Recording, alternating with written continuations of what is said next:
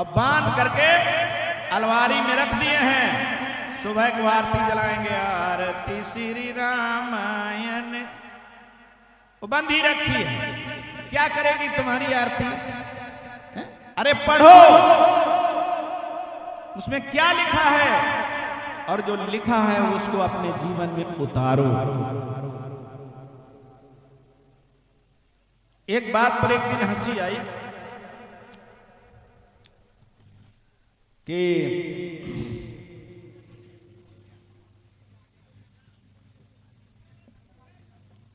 तो क्या है, जे ही विधि राखे राम ते ही विधि रही है। कहा सीताराम सीताराम सीताराम कहिए, और जे ही विधि राखे राम ते ही विधि रही है। चलो भाई यहाँ कर लो, आप अपने घर ही ना जाओ भाई, भगवान की चाहिए बैठे बैठे रहो, जे ही विधि राखे राम ते ही विधि रहो। है? लेकिन ये बात मेरी समझ में गलत आई। ऐसा नहीं, फिर कैसा कि सीताराम सीताराम सीताराम कहिए, जे ही विधि रहे राम ते ही विधि रहिए, तब काम चलेगा। भगवान ने कौन सा पत्नी व्रत किया, कौन सा भ्रातृ प्रेम निभाया, अपने पिता की बात पर वनवास चले गए। आज एक भाई जरा से उसमें अपने भाई का गला काट देता है, और भगवान राज में सारा साम्राज्य त्याग करके जंगल में चले गए।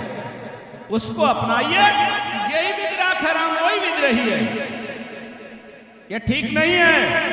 यही विधि रहे राम वही विधि रही है, तब कल्याण का मार्ग प्रशस्त होगा। बोलो सच्चिदानंद भगवान की जय हो।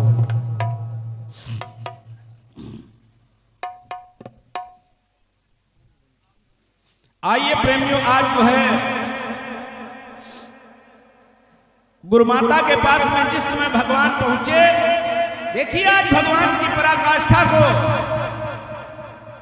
जो दिमाग में थोड़ा बहुत गलत फहमी भर गई है भगवान कृष्ण के प्रति, उसे आज निकाल कर यहां से जाना, और फिर कभी उसे भरने मत देना। जो भगवान के लिए अभद्र तरीके के भजन और अरे मेरी जान है राधा, इसमें चक्कर में मत पड़ जाना। ये मूर्खों ने गाया है, ये मूर्खों ने गाया है। देखिए भगवान कृष्ण क्या करते हैं, बस इस चीज पर ध्यान दीजिएगा। आइए मेरे भक्त प्रेमी, आज जो है भगवान गुरुमाता के पास गए और गुरुमाता के चरणों को पकड़ के प्रणाम किया। कहा मां,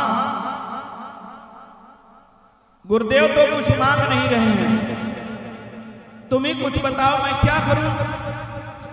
अब मेरी शिक्षा पूरी हो गई है, मैं गुरुदेव से कहता हूं कि कुछ गुरु दक्षिणा मांग लो, कुछ मांगते ही नहीं है, कुछ लेते ही नहीं है। तो माता तुम कुछ मांग लो, तुम ही कुछ ले लो, जो तुम्हारी इच्छा हो। तो आज इस बात को सुन करके गुरु माता के आंसू निकल आए, बहने लगे, और उन्होंने कृष्ण को हृदय से लगाया और कहा कन्हैया जब से तुम आए थे तो मुझे कुछ तसल्ली हुई थी। कहा माता बात पूरी करो। गुरुमाता ने कहा कन्हैया तुम्हारे जैसा मेरा एक बेटा था, और हम लोग यात्रा पर निकले थे, तो मेरा वो बेटा समुद्र में स्नान करने के लिए हम लोग गए, तो वो समुद्र ने उसको डुबो दिया। कन्हैया मैंने सुना है, केवल मैं जानती नहीं हूं, मैंने सुना है कि तुम परमात्मा हो, तुम्हें सब भगवान कहते हैं, इसलिए मेरी यही तुमसे प्रार्थना है, अगर तुम मेरी वो इच्छा पूरी कर सकते हो तो मेरे उस पुत्र को ला करके मुझे दे दो। वाह, आप लोग जमीन में कैसे बैठे, पीछे बहुत कुर्सियां हैं। ठीक ठीक। तो आज जो है भक्त प्रेमियों, गुरु माता ने कहा कन्हैया मैंने सुना कि तुम भगवान हो, अगर भगवान हो तो मेरे उस पुत्र को ला दो। भगवान ने गुरु माता के चरण छुए और बलराम भैया को साथ लिया और भगवान समुद्र के पास पहुंच गए। समुद्र के किनारे खड़े हुए भगवान ने ऊपर को देखा तो एक रथ उतर करके आया। उस रथ में तरकस और धनुष बाण रखा था। भगवान ने उसे उठा लिया और उठाने के बाद में भगवान ने त्रेता में रामावतार में समुद्र से प्रार्थना की थी 3 दिन। आज भगवान ने प्रार्थना नहीं किया। आज धनुष को उठाया, बाण रखा, सीधे समुद्र को लक्ष्य बना दिया। पलक झपकते चरणों में समुद्र गिरा और कहने का त्राहिमाम त्राहिमाम। महाराज आज्ञा, कहा मेरे गुरु का पुत्र कहां है? उसने कहा क्षमा करो महाराज, वो मेरे पास नहीं। कहा मेरे में एक राक्षस रहता है, असुर रहता है, उसने उसे मारा है। आज भगवान कृष्ण बलराम दोनों लोग समुद्र में फांद पड़े और जहां वो सो रहा था वहां पहुंच गए। उसने अपना शंख का रूप बनाया, उस शंख के अंदर घुसा सो रहा था तो उसे बहुत प्रकार से निकालने की कोशिश की, नहीं निकला। अब देखिए हमारे परमात्मा की लीला, भगवान ने जल में आग लगा दी है। आज कोई भी जल में आग लगा दे। भगवान ने उस शंख के चारों ओर जल में आग प्रदर्शित कर दी। इतना गर्म हुआ कि भड़भड़ाकर भागा, भगवान ने पकड़ लिया और इतना कस दिया कि वो वहीं मर गया वहीं। और उसने इतना कह पाया कि महाराज वो यहां नहीं, वो तो यमपुरी में। उसी शंख को भगवान लाए, उसका नाम है पांचजन्य, जिसे भगवान ने धारण किया। इसके बाद बलराम और कृष्ण जाकर के यमपुरी पहुंचे। यमपुरी में पहुंचते ही हाला डोला आ गया भक्त प्रेमियों, भूकंप आने लगा यमपुरी में। यमराज दौड़ करके गेट पर आए। कहा देखे क्या हुआ? देखा कृष्ण बलराम खड़े हैं।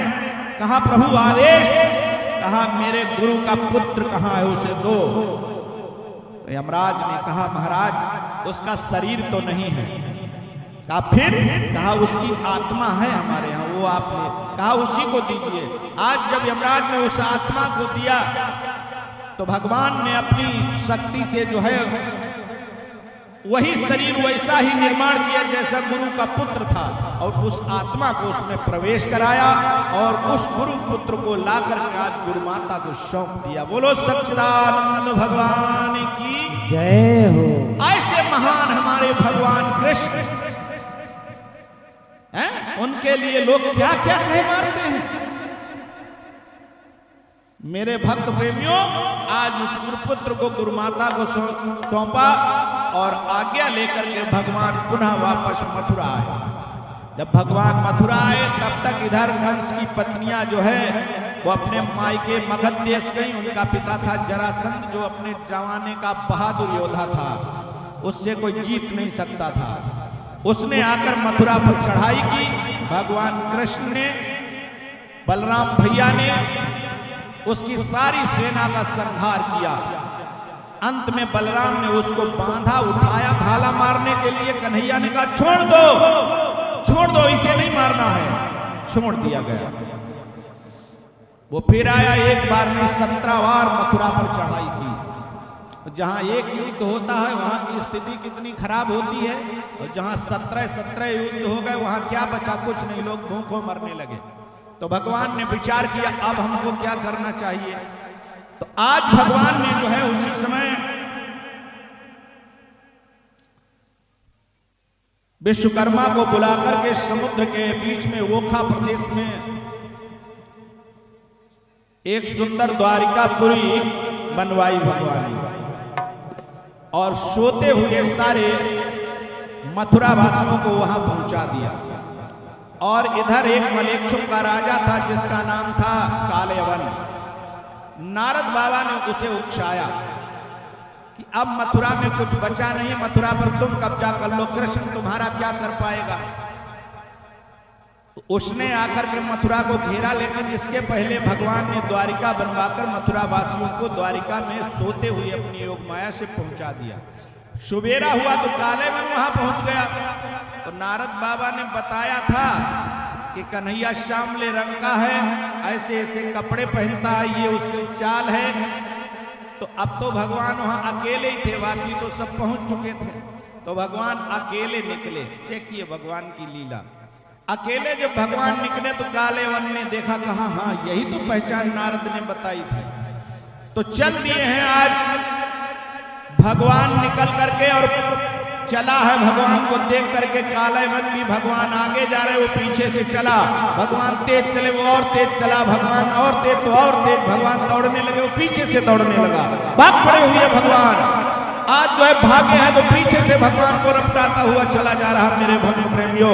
लेकिन भगवान खड़े होने वाले नहीं, पकड़ नहीं पा रहा। तो भगवान का एक नाम परा रणछोड़। बोलो रणछोड़ राय की जय हो। आज मेरे भक्त प्रेमियों भागते हुए राजस्थान से होते हुए आगे अरावली की गुफाओं में भगवान ने प्रवेश किया। जिस समय भगवान अरावली की गुफाओं में घुसे, एक बड़ी गुफा में भगवान घुस गए। पीछे से वो भी घुस रहा है और उसमें एक भक्त सो रहा है। भगवान ने अपना पीताम्बर उसके ऊपर उड़ा दिया और भगवान आगे गुफा में छुप गए। और वो जब पीछे से पहुंचा, उसने पीताम्बर देखा। उसने कहा अच्छा, डर के मारे यहाँ इस अवस्था में, कहा पहले ही माफी मांग लिया होता तो ठीक था। और उसने एक लात मारी है जिस समय, तो वो भक्त भड़बड़ा करके उठे, उनकी आंख खुली, काले वन जल करके राख हो गया। और भगवान ने प्रकट होकर आज जो है उस भक्त को दर्शन दिए। उनका नाम है मुचकुंद, सूर्यवंश के राजा थे। इन्होंने देवासुर संग्राम में लगातार रात और दिन 6 महीने देवताओं की ओर से युद्ध किया था। देवताओं ने इन्हें आशीर्वाद दिया था, वरदान दिया था कि तुम अब आराम करो, सो जाओ। तुम्हें कच्ची नींद जो जगाएगा वो जल करके मर जाएगा। आज भगवान ने देखो एक तीर से 2 निशाने लगा दिए हैं, और हर लीला में भगवान ने एक तीर से 2 निशाने लगाए हैं।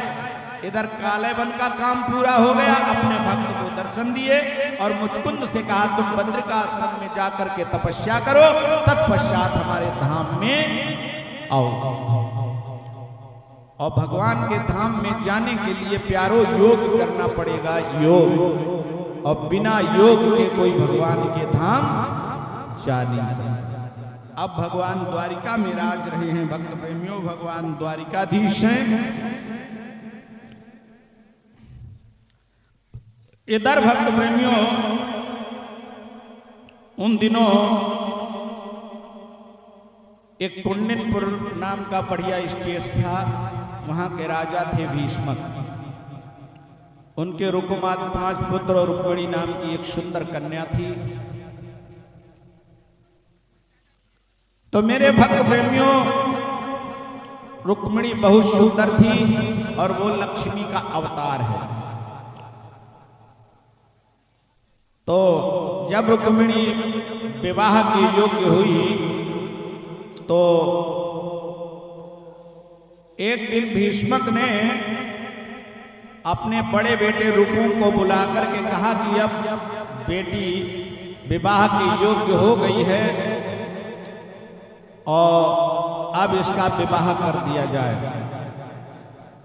तो रुकुम कहने लगा विवाह कहाँ करोगे? तो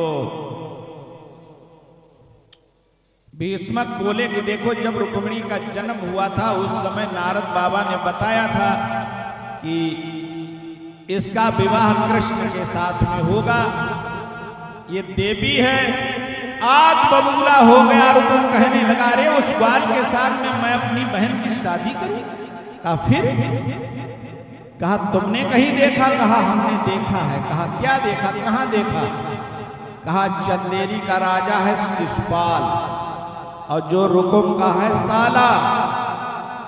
तो भीष्मक ने कहा तुम्हारा दिमाग खराब हो गया है, अपने साले के साथ बहन की शादी करोगे? तो कहने लगा फिर कहां ब्याहने जाओगे? तो पिता और बेटे में बड़ी तकरार हुई, लेकिन भक्त प्रेमियों रुकुम कब मानने वाला था। उसने एक पत्र लिख दिया अपने साले के लिए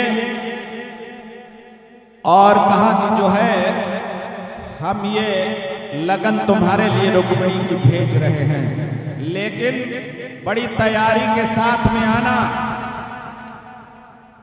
यहाँ जो है द्वारिका से कृष्ण भी आ सकता है। ये सारा समाचार लिख करके भेज दिया। और इधर रुक्मिणी को जब ये समाचार मिला तो बहुत रोती है और बिलखती है भगवान कृष्ण को याद करके, कहती कन्हैया। तो उसी समय रुक्मिणी के कक्ष में एक पंडित जी आते हैं, बहुत बूढ़े हैं, 95 साल उम्र है, उनका नाम है सुदेव।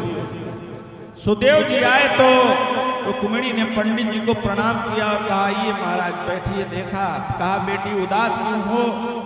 कहा पंडित जी हमारे सामने बहुत बड़ी समस्या खड़ी है। कहा कौन सी समस्या?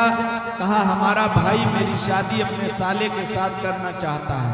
कहा फिर बेटी? और कहा मैं कृष्ण से अपनी शादी करूंगी, ये मेरा भी संकल्प है। पंडित जी से रुक्मिणी कहती मेरी ये समस्या है, पंडित जी तुम मेरी सहायता कर दो। कहा मैं क्या सहायता करूं? कहा मेरा एक पत्र तुम द्वारिका पहुंचा दो कन्हैया के पास में। तो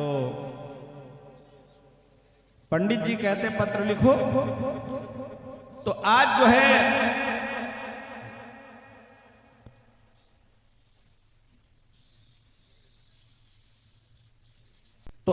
है रुक्मिणी ने पत्र लिखा।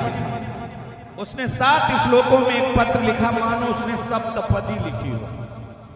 7 श्लोकों में एक पत्र लिखा, पंडित जी को दिया। और पंडित जी बेचारे चल दिए हैं और जो रास्ते में पहुंचे तो थक गए हैं। तो पंडित जी आज भगवान से प्रार्थना करते हैं कि कन्हैया बुला लेना, मुझे रुक्मिणी भेज रही है। और क्या कहते हैं? मैं भीष्म की बिटिया ने भेजो है, सुनो सामरिया।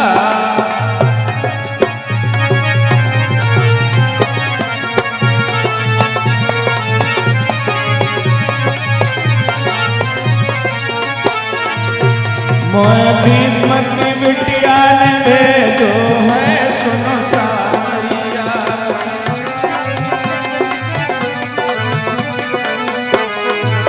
सुनो सामरिया, सुनो सामरिया, सुनो।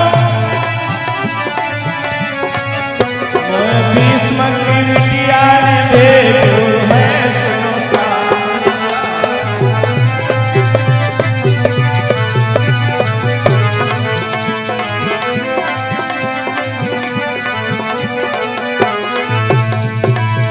ए चलत चलत मेरी पैया पिरानी, चलत चलत मेरी पैया पिरानी। और आई हो बुढ़ापा ढल गई जवानी, आई हो बुढ़ापा ढल गई जवानी। अब पैसों बूढ़ी कुमरिया, सुनो सामरिया।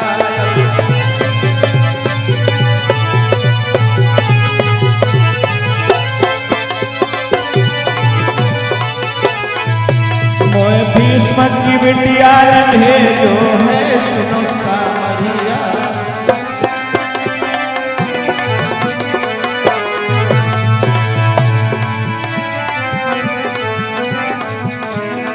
क्या हुआ? और देखी सुंदर पीपल की छाया, ब्राह्मण ने आई के आसन जमाया। ब्राह्मण ने आई के आसन जमाया। जो तो सोयो बीचे डागरिया, सुनो सामरिया।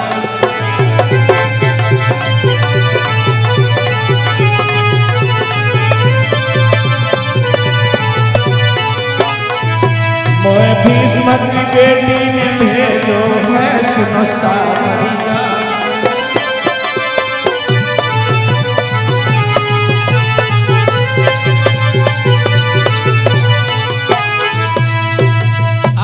भक्त में जिस समय इस तरीके से जो पंडित जी सो जाते हैं, भगवान ने योग माया रूपी दूतों को भेजा और वो पंडित जी को ले जाकर के द्वारिका के पास में लिटा देते हैं। पंडित जी की नींद खुली, द्वारपाल से भेंट हुई। द्वारपाल ने कहा पंडित जी कहां से आए हो?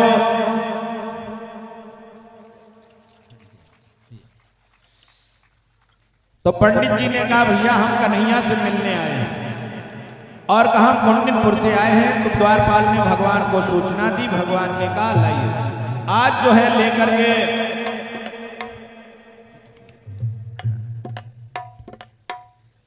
आज जो है पंडित जी भगवान कन्हैया से मिले और सारी बात बताई। भगवान ने वो पत्र पढ़ा तो भगवान ने कहा ठीक है पंडित जी, तो आज भगवान पंडित जी को लेकर के उधर से कुंडनपुर के लिए चलते हैं। और इधर रुकुम ने पत्र भिजवाया शिशुपाल के लिए। शिशुपाल भी अपनी सेनाओं के साथ में कुंडनपुर आता है और कुंडनपुर को घेर करके खड़ा है। इधर ब्राह्मण देवता आते हैं, रुक्मिणी को बताते हैं कि कन्हैया आ गए हैं, भवानी के मंदिर के पास रथ लिए खड़े हैं। आज जो है अपनी पूजा का थाल सजा करके रुक्मिणी अपनी सहेलियों के साथ में पूजा के लिए चलती है। अब देखिए भक्त प्रेमियों, बड़े बड़े राजा महाराजा रुक्मिणी का सौंदर्य देखने के लिए खड़े हो गए कि रुक्मिणी कितनी सुंदर है, देख लो। और रुक्मिणी सहेलियों के साथ में निकल करके जिस समय के राजा रुक्मिणी का, वो महालक्ष्मी महामाया का, उस जगदम्बा का सौंदर्य देखने के लिए कामी राजा खड़े हो गए। तो जगदम्बा के स्वरूप, रुक्मिणी के स्वरूप से ऐसा तेज प्रकट हुआ कि सब राजा लोग एकदम चौंधिया गए, कुछ दिखाई नहीं दिया और कुछ गिर गए जमीन पर, उनके सब कपड़े खराब हो गए। रुक्मिणी मंदिर में चली गई, जब उनका होश आया तो उन्होंने अपने कपड़े अपने झाड़े कहाँ हैं, तो खड़े हुए। जगत जननी जगदम्बा है, उन्होंने पूजा की आज। अब पूजा करने के बाद भक्त प्रेमियों बाहर निकली तो देखा भगवान कन्हैया खड़े हैं। आज स्वतः रुक्मिणी भगवान कृष्ण के रथ में चढ़ गई और घोड़ों की रास को अपने हाथों से पकड़ करके रथ को रुक्मिणी चलाने लगी। द्वारिका के लिए रथ चलने लगा। सहेलियों ने दौड़ करके आकर के निवास में माता को खबर दी कि रुक्मिणी को लेकर के कोई रथ वाला चला गया है, लेकिन रुक्मिणी स्वयं रथ हाँक रही थी। भीष्मक को पता चला, उन्होंने कहा कन्हैया ने मेरी लाज बचा ली। उसी समय समाचार रुकुम को मिला। उसने जरासंध से कहा, शिशुपाल से कहा चलो कन्हैया लेकर रुक्मिणी को जा रहा है। शिशुपाल ने बाहें समेटी, जरासंध खड़ा हुआ, कहा चुपचाप बैठ जाओ। कहा क्या? कहा कन्हैया कोई खीर नहीं है जिसको खा लोगे। हमसे पूछो, हमने 18 बार तक चढ़ाई की लेकिन एक को भी वापस नहीं ले जा सका। कन्हैया जिसका नाम है तुम नहीं जानते हो। अभी मोर उतार कर शिशुपाल ने रख दिया, कहा मुझे शादी वादी नहीं करनी है। हाँ, बैठ गया चुपचाप। अब रुकुम ने कहा मैं क्या करूं। रुकुम ने भगवान का पीछा किया और कहा खड़े हो जाओ। क्या बोला?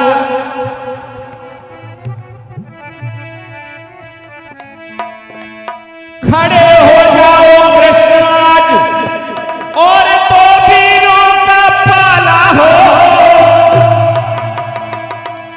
या कृष्ण हमारा बंदी हो या रुकुम तुम्हारा साला।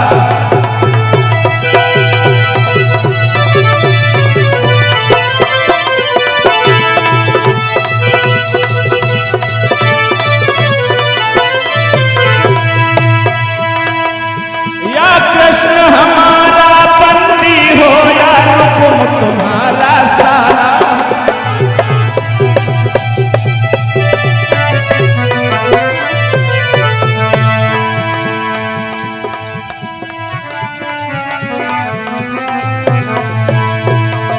खड़े हो जाओ कृष्ण, या तो तुम्हें मैं मान दूंगा, बंदी बना ले जाऊंगा, या अगर तुम जीतोगे तो मैं तुम्हें अपना बहनोई बना लूंगा। आज मेरे भक्त में भगवान ने कहा रुक्मिणी रथ को रोक दे, तेरा भैया ललकार रहा, रोक दिया गया। रुकुम के साथ में भगवान का मल्ल युद्ध हुआ, अस्त्र युद्ध हुआ। अंत में भगवान ने उसे गिरा दिया और बांध लिया, लेकिन मारना चाहा तो रुक्मिणी ने बात कही, कन्हैया इसे छोड़ दो। कहा क्यों छोड़ दो इसको? कहा कितना भी अन्यायी है फिर भी मेरा बहन कभी ऐसा नहीं कर सकती। आज छुड़ा दिया मेरे भक्त प्रेमियों। आज भगवान ने उसे बांध के, तब तक इधर बलदाऊ भैया को खबर लगी, वो भी पहुंच गए। तब तक रुकुम की सेना पहुंच गई, घोर युद्ध हुआ वहां पर। बलदाऊ भैया ने कहा कन्हैया चिंता मत करना। कन्हैया अकेले बलदाऊ भैया ने जैसे आराम कर दिया। रुक्मिणी को द्वारिका लाए, भीष्मक उनका परिवार द्वारिका आया और बड़े वैदिक विधान के साथ में भगवान कृष्ण और रुक्मिणी का पाणी ग्रहण संस्कार हुआ। भगवान की एक शादी हुई है, लेकिन याद रखना भक्तों, इसका मतलब क्या है आप हमको बताइए। अभी दादाजी हमको मिले क्या बताऊं, दादाजी ने हमसे कहा कि महाराज जी तुम कुछ इनको परीक्षित जी को बताते नहीं हो कि इनको बताया करो कि ये कुछ लाया करें, ये किया करें, वो किया करें, ये। अच्छा, कहा अभी रुक्मिणी की पूजा होगी, वो शादी होगी ना भगवान से, तो कहना पाए पूजने के लिए कुछ सोना चांदी ले आए, कुछ पैसे और कुछ जो है कपड़े वो सब लाएं, तो वहाँ ठीक से रुक्मिणी का विवाह करवाना। हमने कहा रे हम तो बड़े चक्कर में बढ़ गए। तो हमने कहा तुम मेरे साथ चलो, तुम कमरे में ले गए। हमने कहा एक बात बताओ हमको, प्रश्न नहीं है निवेदन है। मैंने कहा जब सुखदेव जी राजा परीक्षित को कथा सुना रहे थे और परीक्षित के सामने तो मौत खड़ी थी मुंह बगाकर खा जाने के लिए, और परीक्षित से सुखदेव जी कहते कि महाराज चलो ब्याह करियो, ब्याह कराए दें कि ब्याह की कथा सुनियो। क्या जिसके सामने मौत सर पे सवार हो उसे विवाह अच्छा लगेगा? आप लोग खुद बताइए, क्या उसे विवाह अच्छा लगेगा? कुछ नहीं। ये कथा क्या है बस उस चीज को समझ लो।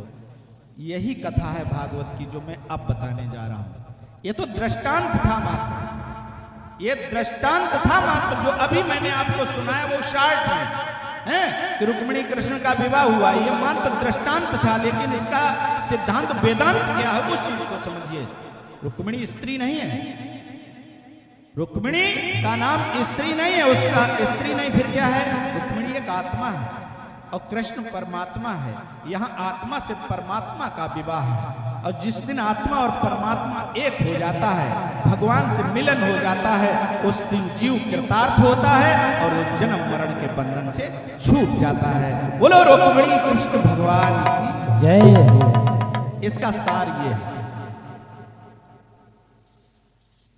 ना कि विवाह की कथा सुनाने से किसी का कल्याण होगा, किसी के माँ बाप का और किसी के नैहर का, किसी की भाभी का वर्णन किया जाए, किसी का, क्या इससे किसी का कल्याण हो सकता है? हो सकता हो? बताओ आप।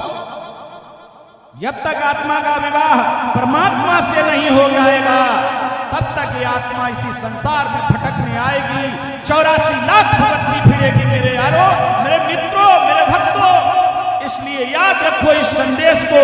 इन प्रकार कैसे भी हो, इस आत्मा का कल्याण तभी होगा जब उसका रिश्ता, जब उसका विवाह परमात्मा से हो जाए। जिसके कृष्ण पति हो जाएंगे उसका ही कल्याण होता, वही जन्म मरण के बंधन से छूट जाता है।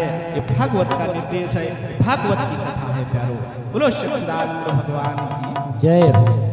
तत्पश्चात रुक्मिणी नहीं, कालिंदी, मित्रविंदा, जामवंती, सत्या, सत्यभामा, लक्ष्मणा, मित्रविंदा, ऐसी 8 महारानियों के साथ भगवान कृष्ण का विवाह हुआ। ये 8 महारानियां क्या हैं? वायु, रापो, अनलो, छित, जल, पावक, गगन, शमीरा। ये अष्टधा प्रकृति जो आप देख रहे हैं, मन, बुद्धि, अहंकार, ये अष्टधा प्रकृति ही भगवान की 8 महारानियां हैं।